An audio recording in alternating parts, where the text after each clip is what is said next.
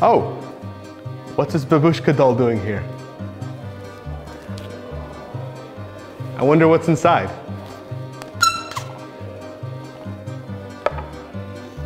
It's another babushka doll.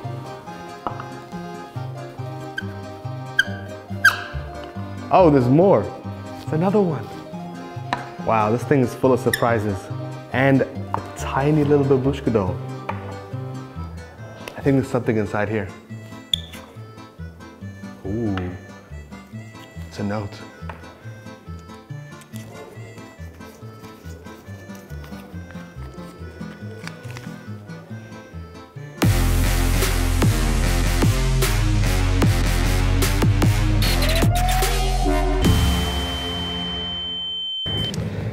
Welcome to the International Football Goblet, episode 5, the penultimate episode. Yes, Russia finally got knocked out of the World Cup thanks to Croatia, and I know I'm being incredibly salty. In all fairness, we have to commend Russia for an incredible performance this entire World Cup. Nobody expected them to go this far. They beat teams that nobody thought they could possibly beat and put on an incredible performance against Croatia. Narrowly missed out thanks to a single penalty save. I know I've given Russia a lot of crap over the last couple of episodes. Genuinely, you guys have had an incredible performance and you should be proud of yourselves. Thank God they're out. It was a hell of a match. Possibly the most intense game that we've seen so far. And of course, not without its politics. Damagoj Vida, the Croatian defender who dominated the game, was caught on video celebrating the match afterwards by yelling far-right pro-Ukrainian chants against Russia. Slava Ukraini! Saying that the win was for Ukraine. He narrowly missed being banned by FIFA. France, of course, dominated Uruguay, proving once again why they are one of the favorites, if not the favorites, to win this entire tournament. Uruguay sorely missed their captain Cavani, who was out with a hamstring injury, and then they were let down by a terrible mistake from their keeper Fernando Muslera. Belgium continued to shock the world by beating favorites Brazil 2-1. Brazil were kind of frazzled throughout much of that game and ended up conceding an unfortunate own goal by Fernandinho. Belgium, on the other hand, were running circles around them. Lukaku played an amazing game and then set up a stunner of a second goal by De Bruyne. England, on the other hand, comfortably walked through their match with Sweden, still riding high of their ultra-nationalistic wave of it's coming home, it's coming home. And then meanwhile, back at home,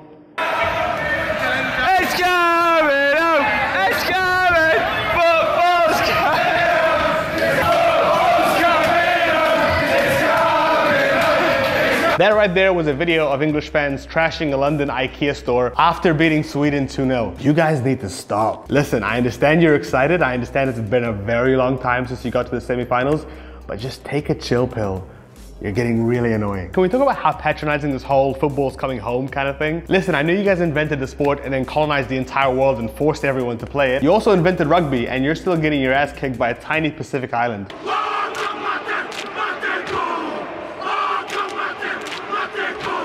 And that brings me to our brand new segment, special for this episode. By this point in the tournament, you probably already know who you're rooting for. But if you don't, if your team has already been knocked out and you're like, I wonder who I should support going forward, well, this segment is just for you. Hello and welcome to the first ever edition of Who Shall I Support at the Semifinals from a historic perspective. We have on the board our team players for today. England, France, Belgium, and Croatia. All right, let's see. All the way through Northern Europe, England, the largest empire in history, nearly took over the whole world, exploited resources and economy of much of the third world that we know today, literally started the transatlantic slave trade, guilty of committing ethnic cleansing in North America, Australia, large parts of Africa. Let's be serious, they've done a lot of terrible shit. Their primary competitor comes from neighboring France, who are arguably one of the worst colonial powers in history. They erase culture and language, they massacre people who fought back. They're complicit in the Rwandan genocide, which killed 800,000 people. They're also responsible for 1 million deaths in the Algerian independence war, and they also seem completely unapologetic for their colonial past. On the other hand, there's this.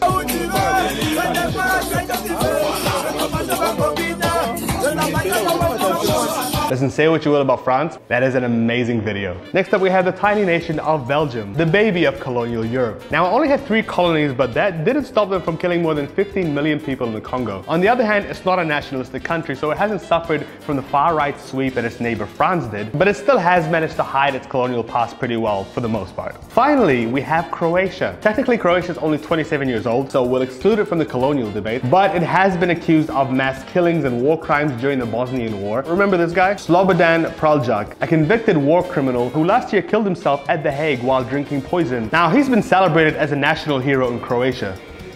Not cool. What the hell's the point of all this? I don't know. It's depressing as hell. I mean, if I had to choose a winner, I would say Croatia, I guess. This is a terrible idea. Whew. All right. Let's get on to a happier topic. Predictions. Where's Ahmed? Ahmed! You called? Where's Ahmed? I'm Ahmed. I don't know what you're talking about. You're Ahmed? Yeah, that's my name. That's what my mom called me. Yeah, okay, all right. Yeah, so, let's go. Let's do this. France, Belgium. I'm really sad that this isn't the final because to me, these are the 2 most exciting teams of the World Cup. You know, England wanted the easiest side of the draw, and so they purposely lost to Belgium. And now we got the Battle of Africa. Apart from all the African teams that got knocked out, there are the 2 most African teams. I predict Belgium to score an early goal, Mbappe to score 2 goals in the last 30 minutes of the game, and France to win it in a blazing glory. Oh my God, that is so specific. Pogba is going to assist at least one of the goals. One of the goals will be a slaloming run. Mbappe will do and channel Diego Maradona.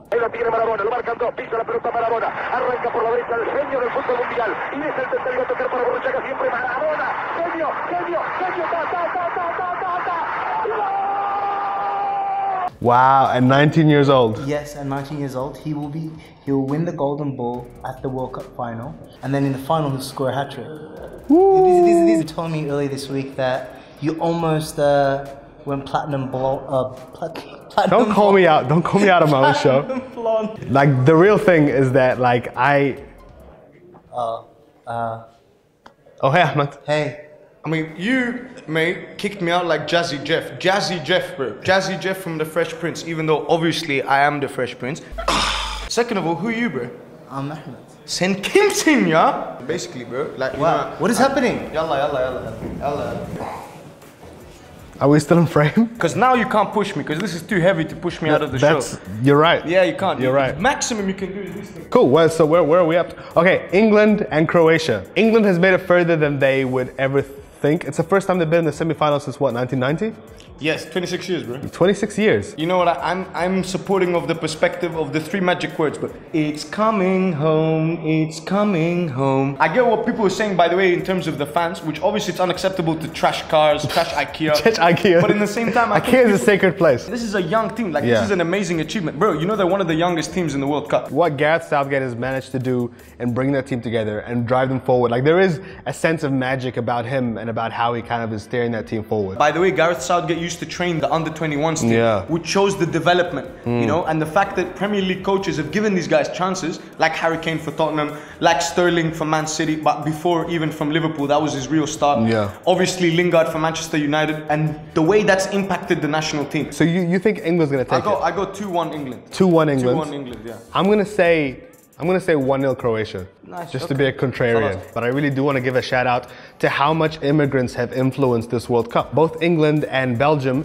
50% of their squad are from either immigrants or the sons of immigrants.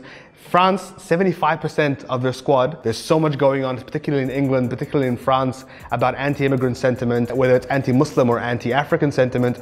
And the fact that they're able to shine under these conditions, carry their countries on their backs, like that's amazing. And also shout out to Russia, because you know a lot of stuff was said with regards to the fans, to the racism, and to be honest, I mean, unless you've seen something that I haven't, it seemed like it's gone smoothly. Yeah. Except when the English guys started jumping on cars.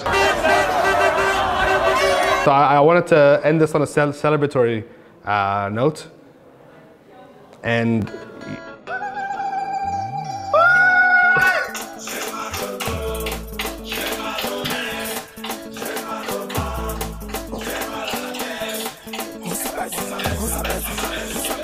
Je t'appartiens ma copine, je t'appartiens All right, thank you for watching. This has been the International Goblet Tournament, episode 5. I'm so excited to see what happens at the semi-finals. Will our predictions come true? Tell me what your predictions are for this time round. Apparently, if England makes it to the final, I have to dye my hair blonde. This is a real thing happening in the office. I really don't want it to happen. I'm sure you don't want it to happen, so let's hope Croatia wins. But let me know what you think, and we'll see you in a few days.